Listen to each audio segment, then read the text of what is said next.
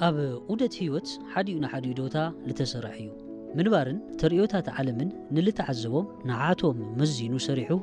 ጥበበኛ ንልበሃል አካል መበገስ ለሃበ ልዑል ጥበብ ሃምልሎ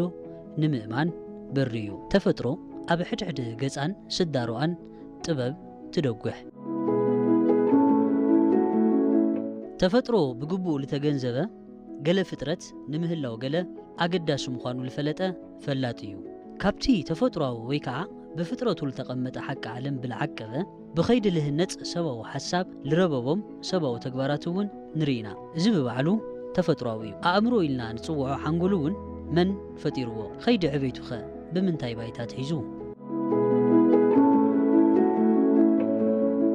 ልኾነ ኮይኑ ብዓቕሚ ወዲ ሰብ ለይተፈጥረ ኣእምሮ ብለይ ምግንዛቡ ልዓየኖም ተፈጥሮአዊ ጸጋታት ሓቂ ኸይዲ ምንባርን ለስዕብዎ ሓጓፍ ንምምላእ ዕረፍቲ ይረኸበይ እዚ ዕረፍቲ ምስኣን ንሕንሕ ወሊዱ እቲ ሓደ ነቲ ሓደ ንምድጋፍ ወዲ ሰብ ካብ ካልኦት ፍጥረታት ብልሐሸ ለሃነጾ ተግባር ናላሕልሐ ኩሉ ስለ ምዝላቕ ብሸነኺ ይዋፅእ ንድብሎ ላተጓዓዘ ገሊኡ ከርና ርኹብ ገሊኡ ምርካብ ልበሃል ነገር ከምልሎ ክሳዕ ለይምፍላጥ ስኡን ኮይኑ ዓለምና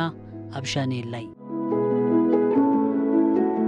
ነዚ ምዝርባዓት ንምትዕርራይን ኣብ ግቡእ ጸፍሒ ዋሕዚ ምንባር ሰባት ንክስርዑ መንግስትን መንግስታዊ ኸይድታት ወይ ከዓ ፍጻመታትን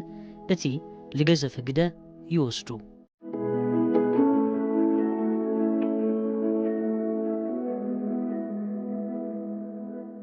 خبرت لبالقال خبراك كل عقم الوحدو خبرت هاجرنا إثيوبيا بدخنت أبريقا قداموت هاجرات عالمنا تسرعيا دخنتها كم خا عقم اللي بحث هاجرنا عقابيت محبرة وصقاتات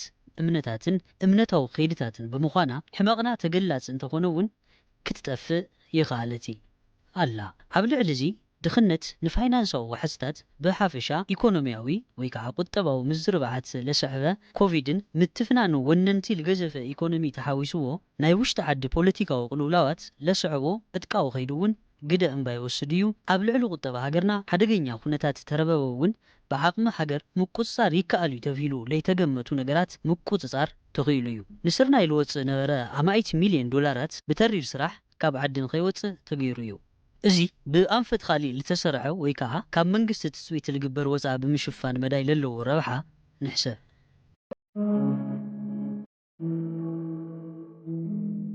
ሆም ግሮውን ኢኮኖሚ ወይ ከዓ ሃገር በቀል ቁጠባት በሃል ተሎ ኣብ ውሽጢ ዓዲ ብለሎ ጸጋ ጠለባት ናይ ምምላእ ኸይዲ እዩ እዚ ውሽጣዊ ወይ ከዓ ዶሜስቲክ ምንቅስቓስ ነቲ ካብ ወፃኢ ይኹን አንጻራዊ ብልዓበየ ዓቕሚ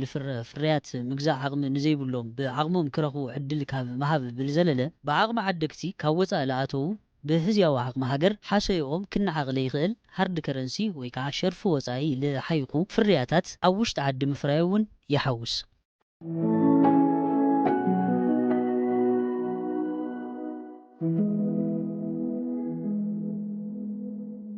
ጥዕና ካብ መጠን ልልዓሊ ብምምጋብን ካብ መጠን ንታሕቲ ብምርካብን ልመጽእ ቅቡልነት ስርዓት ተፈጥሮ ለለዎ ነገር እዩ ከም ልፍለጥ ሃገርና ብረድኤትን ብሴፍቲኔት ፕሮጀክትታት ዜጋ ንምውሓስ እትተግህ ሃገር ምዃና መግለጺኣ ኮይኑ መጽያ እያ ሕዚ እውን ካበይ ወፀቲ ካብዚ ንምውፃእ ግና ለለና ሃፍቲ ወይ ከዓ ሪሶርስ ተጠቒምና ለሓሸ ቁጠባ ንምፍጣር ንልግበር ዓቕሚ መተርናዒ ስራሕትታት እንዳተግበረት ትርከብ ከተማ ቢሾፍቱ ብፍርያትን መፍረያይነትን በሐምሎዋይ ኣሰር ከምኡውን ቀንዲ መበገሲና ንልኾነ ትሩፋት ሌማት ምስትለሎ ሪሶርስ ወይ ከዓ ዓቕሚ ክትግበር ብልግቦ ዓቐን ተተግቢሩ ድዩ ባዕሉ ልኸኣለ ሕቶ እንተኾነውን ንኻልኦት ከባብታት ሃገርና ምርኣያ ብልኾነ ኣግባብ እንዳተግበረት ትርከብ እንርከበሉ ገደና ትሩፋት ሌማት ብዓቐን ክንደየናይ ሓጓፋት ከም ልሽፍን መሰጋገሪ ናብ በዓል ሃፍትነት ምዃን ከም ልኽእል እውን مرعية يو يو كتما بيشوفتو بأقباب التفلالي ناي لمعة نتفت انداس سالتت خمل الله قبل حلفة سمون مدفنا بخالي حملوه أثر مسرة اللي جوار سلاحنا أريناكم نيرنا قبله مول يو تو ناي لمعة الرفات بالأقباب ببركة هجر لخا لسالت اللو ناي لمعة سلاحتتات بأقباب تفلالي دقيمو هذا كتما بيشوفتو بايتا حيزو ركب عاوز نركب لنا الدحرستاي يو ما أخلاي أتاوي ويكع ما أخلاي بركي هفتي لوننو حرستا يوم يو لو إنفستمنت اللي مسجقر يو أمد لواتي ركو خزي تو ناي جزا طلبات مالي إخا بلتوسنا أقباب لخبابي ነገራት ብምቕራብ ደርሆታት ብምፍራይ ምንቅስቓስ ይገብር ኣለዎ እዮም ያው ከምቱ ትሪዎም ኣለኹም ብቁፅሪ ብዙሓት ደራሁ ኣብ ካልኦት ክፍልታት እውን ልተፈላለዩ ከፍትን ካልኦት ነገራትን ኣለዉ ቶም ነገራት ብቪድዮ እንሪእኩም ይኸውን ብልተረፈ ያው ብቱ ልርከበሉ ብርኪ ብልዑል ጥንቃቄ ክድሓዝ ብልግባእ ሳይንሳዊ ኣግባብ ወይ ከዓ መስርሕ ብልተኸተለ ኩነት ከምቱ ኣብ እግርና ትሪእዎ ኣለኹም ኣቐዲምና ጫማና ብኬሚካል ፀሪግና ኢና ክንኣት ተገይርና ያው ከምቱ ኣቐዲምና በዓል ሙያ እውን ምሳና ኣሎ ያው ምፍራይ ደራሁ ዓርዩ ጥንቃቄ ልጠልብ ዓይነት ዘፈር ምፍራይ እንስሳ ከም ምዃኑ ተወሲኽና ቱ ብልዕል ቱ ኬሚካል እውን ልውሕስናት ተንደራሁ ፌስታል ኣሲርና ኢና ኣቲና ካልኦት ከይድታት እውን ብፍራምረን ኣሕምልትን ገለ ምንቅስቓስ ኣለዉ ብካሜራና እንሕብረኩም ነገር ክህልየና እዩ ምሳና ፅንሑ ሓላፊ ቤት ጽሕፈት ሕርሻ ከተማ ቢሾፍቱ ንለኣመሰለ ሓፈሻዊ ምንቅስቓስ ካብ ከተማ ቢሾፍቱ ሓሊፉ ናብ ቀረባ ከተማታት ተቕኒዖም ብብርኪ ሃገር ለዕልፍዎ ለለዉ ኣወንታዊ ጽልዋ የዛሬ ዓመት ወይ ከወራት በፊት ዓሚ ወይ ድማ ቅድሚ ኣዋርሕ ዝነበረ ዋጋ እንቋቑሖ ብጭቡጥ ሕዚ ክንምዝኖ ከለና 14 ቅርሺ ዝነበረ ናብ 7-8 ቅርሺ ወሪዱሎም በዚ ድማ ነሳልጦ ዘለና ስራሕ ሽቶ ይወቅዕ ምህላው ዘርኢ ሓደ ምልክት እዩ ኣብ ዝሓ መንእሰይ እዚ ከተማ ብዘፈር እዚ ዕድል ስራሕ ረኺቡ እዩ ኣብ ዝቕፅል ዓመት ብዛዕባ 14 ሚልዮን እነውግዐሉ ተዘይኮነስ 30 40 50 ከነብፅሖ እዩ እቲ ትልምና በዚ ድማ ስራሕትታትና ኣጠናኺርና ክንቅፅል ኢና ጽቡቕ ልምዲ ኣኻዕቢትና ኢና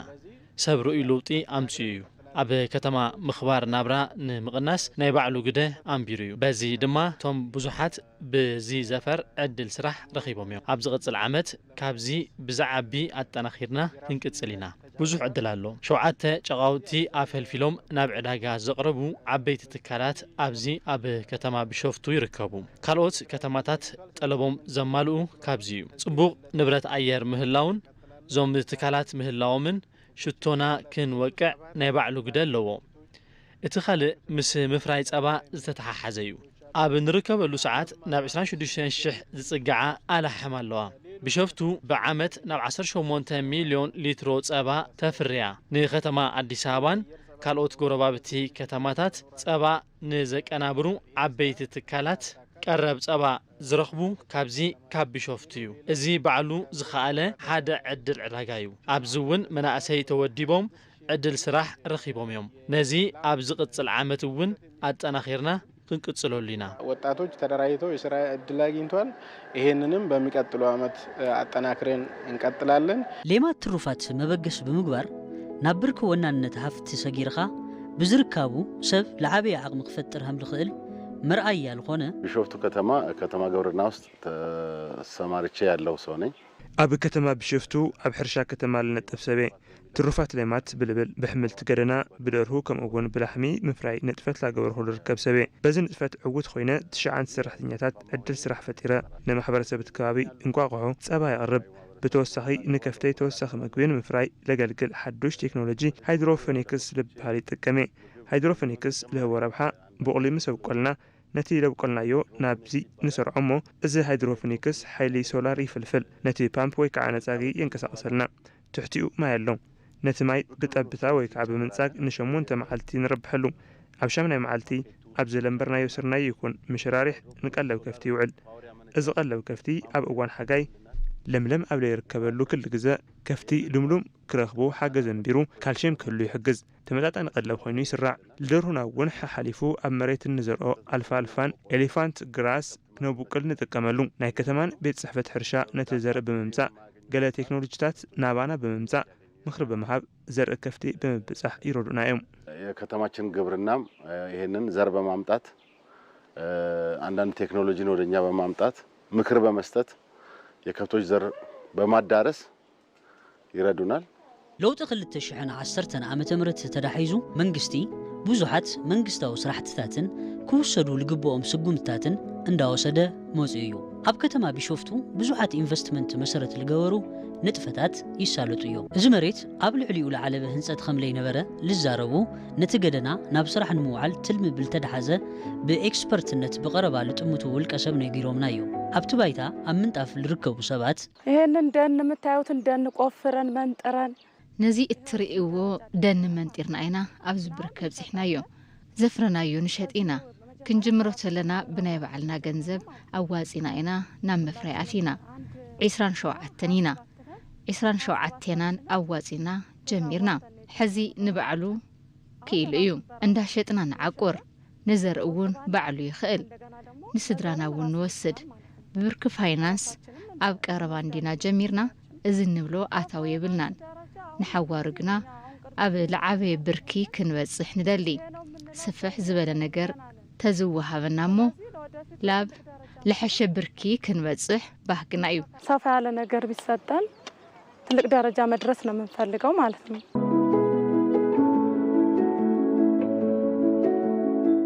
ደን ነበረ ደኑን መንጥረን ደን ነይሩ ነቲ ደን መንጢርና ኣሕምልቲ ተኺልና ናብ ማሕበረሰብ እንዳቀረብና ንርከብ ንባዕልና ድማ ካብ መሸጣ ዝረኸብናዮ ሳንቲም ጠርኒፍና ፈሰስ ንገብሮ ፈሰስ ጌርና ነቲ ዝተረፈ ድማ ናብ ባንኪ ኣእቲና ኢና ንጓዓዝ ዘለና ትልምና ካብዚ ብሰፍሐ ተግባራት ተግቢርና ለውጢ ኣብ ልዕሊና ክህሉ ምግባር እዩ ሰርተን ለመለወጥ ፍላጎታችን ነው ኣብ ምምሕዳር ከተማ ቢሾፍቱ ሓላፊ ቤት ጽሕፈት ኮሚኒኬሽን አሁን ኢንተርፕሪነር መንግስት ነው ያለው ኢንተርፕሪነር መንግስት ስንል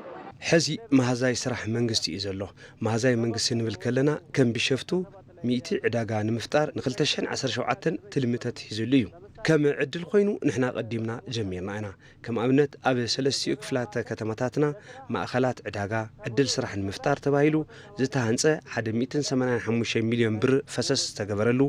ዓበይቲ ሞላት ኣለው እዞም ሞላት ከም ቀደም ብዝተሓተ ስታንዳርድ ልህነጹ ይኾኒ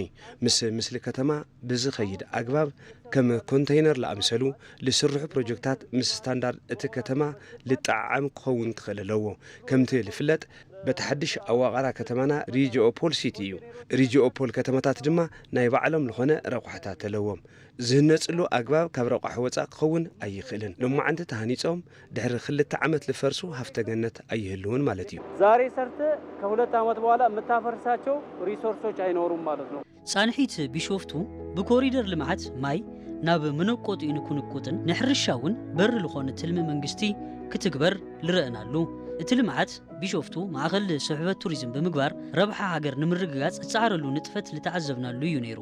ያው ከዚ ኣብ ማእኸል ከተማ ቢሾፍቱ ንርከብ ያው ከምቱ ብድሕሪትና ትርእይዎ ኣለኹም ያው ቱ ምንቅስቓስ ልምዓት ኣሎ እዩ ያው ቱ ልምዓት እዚ ልክ ኣብ ከተማ ኣዲስ ኣበባ ከም ድረአናዮ ያው ኮሪደር ልምዓት ወይ ከዓ ልምዓት ኮሪደር እናበልና ንጸርሑ እዩ ዛዕባ እዚ ሙቃብ ከተማን ምንቅስቓስ ኮንስትራክሽን ካምፓኒታትን ካልኦት ልቱ ምንቅስቓሳት ልምምላእ ልግበር ንግዳዊ ንጥፈታት ጥራሕ ኢልና ምዕጋት ሓደ በዓሉ ልኻለ ልቱ ስራሕ ኣናይስኻ ናይ ምግላጽ ኣጋጣሚ ክኾን ይኽእል እዩ ስለዚ ዙ ነገር እዚ ኣብ ልተፈላለዩ መደባትና እውን ልምግላጽ ከም ልሞከርናዮ ያው ውሕስ ከባቢ ብምፍጣር መዳይ ዓለም ለኻዊ ወይ ከዓ ኢንቫይሮንመንታል ዲግራዴሽን ናይ ምቁጽጻር ስራሕቲ ዛዕባ ዓለም ለኸ እዩ ያው ቱ ዛዕባ ዓለም ለኸ ደሞ መሰረት ልሕዝ ኣብ ሕድሕድ ከባብታት ዓለምና ብልግበሩ ምንቅስቓሳት ይኾን ማለት እዩ ካብቶም ምንቅስቓሳት ሓደ ቱ ኢንቫይሮንመንታል ዲግራዴሽን ቶም ተፈጥሮውን ብሰብ ሰራሕ ኣግባብ ተፈጥሮው ቅርጽ ሒዞም ውሕስና ማሕበረሰብን ውሕስና ዜጋታት ዓለም ኣብ ምርግጋጽ ግደ ለለዎም ተፈጥሮዊ ኸይድታትን ተፈጥሮዊ ፍጥረታትን ናይ ምዝርባዕ ኸይዲ ልወልዶ ዛዕባ ከም ምዃኑ ወሓዚ ማያዊ ኣካላት ልተማዓራረ ክኾን ምግባር ካብ ዕይኖትን ካብ ካልኦት ለኣመሰሉ ነገራትን ልምጽጻይ በዓሉ ለኻለ ኸይዲ እዩ ያው ሃገርና ናይ ነዳዲ ተሽከርከርቲ ካብ ደገ ናይ ምእታይ ምንቅስቓሳታ ብዳርጋ ብሰፊሕ ኣግባብ ኣብ ምዕጋት ትርከብ ኣብ ልተፈላለዩ ምዕቡል ወይ ከዓ ዝሙን ሃገራት እውን ቱ ኸይድታት እዚ ካብ 20-30ታት ድሒዝኻ ሙሉእ ብምሉእ ተተግባሪ ከም ልኾን ያው ልተጸርሐ ዓለማዊ ወይ ከዓ ኣግባብ ብልተፈላለየ ኣግባብ ሚድያታት ልነገሩና ሓቂ ልኾን ስለዚ ያው ካብ ተሓዳሲ ኃይሊ ንጥቀም ተኾይና ግልጋሎት ነዳዲ ልህብ ማይ ይኾን ሎ ማለት እዩ ኣብ ቀጻልቲ ኸይድታት ዓለም ማለት እዩ ስለዚ ዞም ተፋሰሳት እዚኦም ላብ ልተፈላለዩ ናቁጣታት ተረኺቦም ሓይሊ ፍልፍል ኮይኖም ንናይ ሓጋይ ሕርሻውን ብመስኖነት ግብኣት ልክኾኑ ያው ከተማ ቢሾፍቱ ከም ከተማ ቢሾፍቱ